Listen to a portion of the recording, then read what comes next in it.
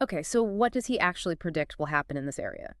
He's optimistic that we could see cures or highly effective treatments for most mental illnesses, things like PTSD, depression, schizophrenia, addiction. That would be a game changer for millions of people around the world. It would transform how we think about mental health altogether. He even thinks we might be able to address some of the more challenging structural conditions like psychopathy or some forms of intellectual disability using advanced brain technologies. But he's careful to say that this is more speculative. It's understandable that he's cautious about those possibilities, Yeah. but even the suggestion that we might be able to address such deep-seated conditions is pretty remarkable. And just like with physical health, he brings up the possibility of genetic prevention of some mental illnesses using embryo screening.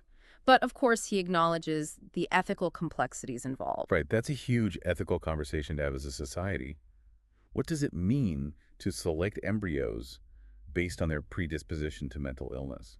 He also envisions solutions for everyday psychological struggles, like improving focus, managing anxiety, even boosting our overall well-being.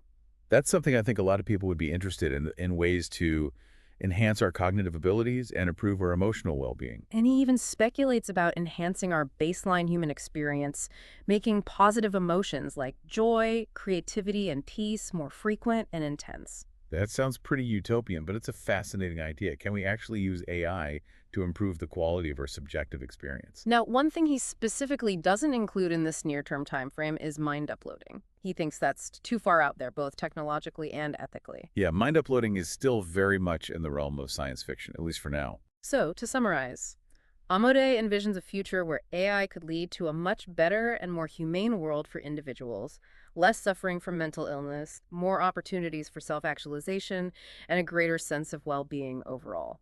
It's a hopeful vision, but the question of access is crucial. Will all of humanity benefit from these advances, especially people in the developing world? That's a huge question. And he's very upfront about the existing inequalities we see in living standards and the moral obligation to make sure AI benefits everyone, not just the wealthy. Right. It's not enough to just develop these amazing technologies. We need to make sure they're accessible to the people who need them the most. And he's a bit less confident about AI's direct ability to solve complex issues of economic inequality compared to its potential for pure technological invention.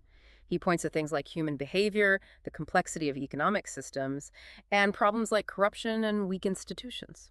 Yeah, those are tough challenges. It's not just about having the technology. It's about creating a social and political environment where that technology can be used effectively. But he still sees reasons for optimism. He points to examples like disease eradication campaigns and the rapid economic growth we've seen in some countries. So he's saying that even though these problems are difficult, we have seen examples of successful interventions in the past. Right. And he offers some optimistic guesses about what could happen in the developing world in the 5 to 10 years after powerful AI arrives. First, he thinks AI could help improve the distribution of health interventions.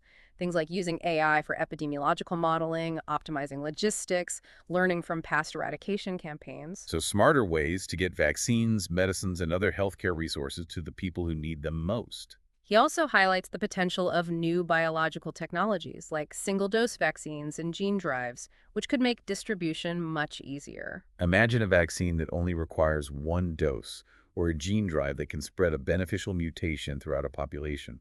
That would be a game changer for public health in developing countries. He also sees potential for unprecedented economic growth, maybe even rates like 20% annually in some areas.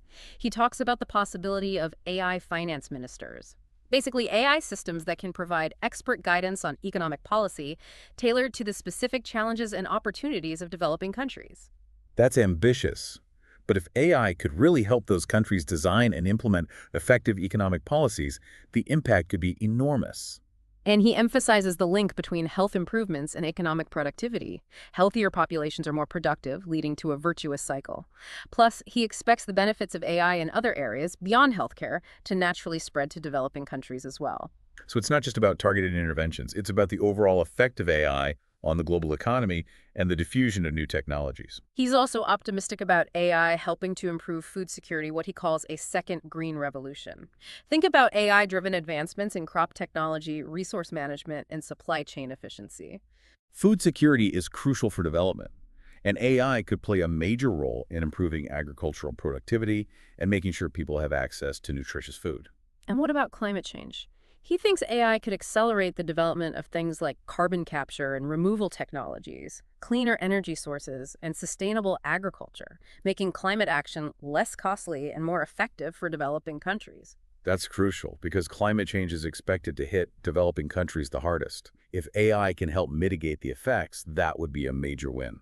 He also touches on reducing inequality within countries, especially in developed nations. He thinks a combination of well-functioning markets and more responsive political systems could lead to universal access to AI-powered benefits. Though he admits that wealth inequality is a separate and more complex challenge. Right. It's one thing to make these technologies available, but ensuring everyone has the means to access and benefit from them is a whole other issue. Finally, he raises something he calls the opt-out problem. The possibility that some people might reject the benefits of AI, maybe for cultural or religious reasons. He hopes that increased scientific understanding, potentially helped by AI itself, can help bridge those gaps. It's an interesting point. As these technologies become more powerful, the question of individual choice and the potential for cultural clashes will become increasingly important. So overall, he's cautiously optimistic about AI's potential to improve the lives of people in the developing world, both through direct interventions and through its broader impact on the global economy. But he recognizes the challenges and the need for a concerted effort to ensure that everyone benefits. It's a call for proactive and responsible development, not just of the technology itself, but of the social and economic systems that will shape how it's used. Okay, so we've covered health, poverty, and development. Now let's shift to something a bit heavier. Peace and governance. Even in a world with amazing technology, these things are still going to matter, right? He points out how progress toward democracy and peace has been kind of up and down throughout history. Yeah, we'd like to think things are always getting better, but human conflict seems to be a recurring theme. Technology alone doesn't solve that. And he's very clear that AI doesn't inherently favor democracy or peace. In fact, it could be used to undermine those things. Imagine AI-powered propaganda or surveillance systems in the hands of authoritarian regimes. It could make those regimes even more powerful. That's a sobering thought. It's crucial to remember that technology can be used for good or bad, and powerful AI is no exception. So he stresses the importance of actively shaping the development and deployment of AI in ways that support democracy and individual rights. And he breaks this down into two areas: international conflict and the internal structure of nations. Those are the two main levels where AI's impact on peace and governance will be felt. On the international level, he proposes something he calls the Entente strategy. Basically, a coalition of democracies trying to get a temporary advantage in powerful AI. They could use this advantage both as a deterrent, the stick, and to offer benefits, the carrot, to countries that align with democratic principles. The hope is to create a world where democracies are in a strong position and can shape the global order. It's a strategic approach to using AI to promote democratic values and potentially prevent large-scale conflicts between nations. On the internal level, within countries, he's more optimistic. He thinks a global environment dominated by democratic AI could actually encourage the spread of democracy elsewhere. AI could be used to combat propaganda, provide access to uncensored information, and empower dissidents.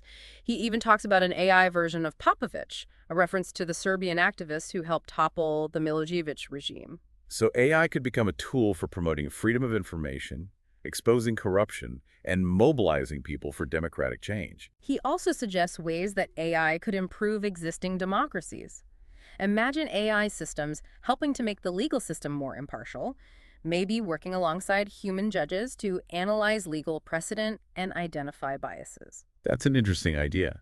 Could AI help us create a more just and equitable legal system? He also talks about using AI for consensus building and conflict resolution among citizens. Maybe AI could help people find common ground on contentious issues. And he sees potential for AI to improve the delivery of government services, making things more efficient and equitable, and potentially reducing cynicism about government. Those are all areas where AI could make a real difference in how democracies function. Now, he admits that some of these ideas might sound a bit utopian, but he says it's important to have these aspirations to strive for a future where AI supports liberty, individual rights, and equality under the law. It's a reminder that we have a choice in how we develop and use these technologies.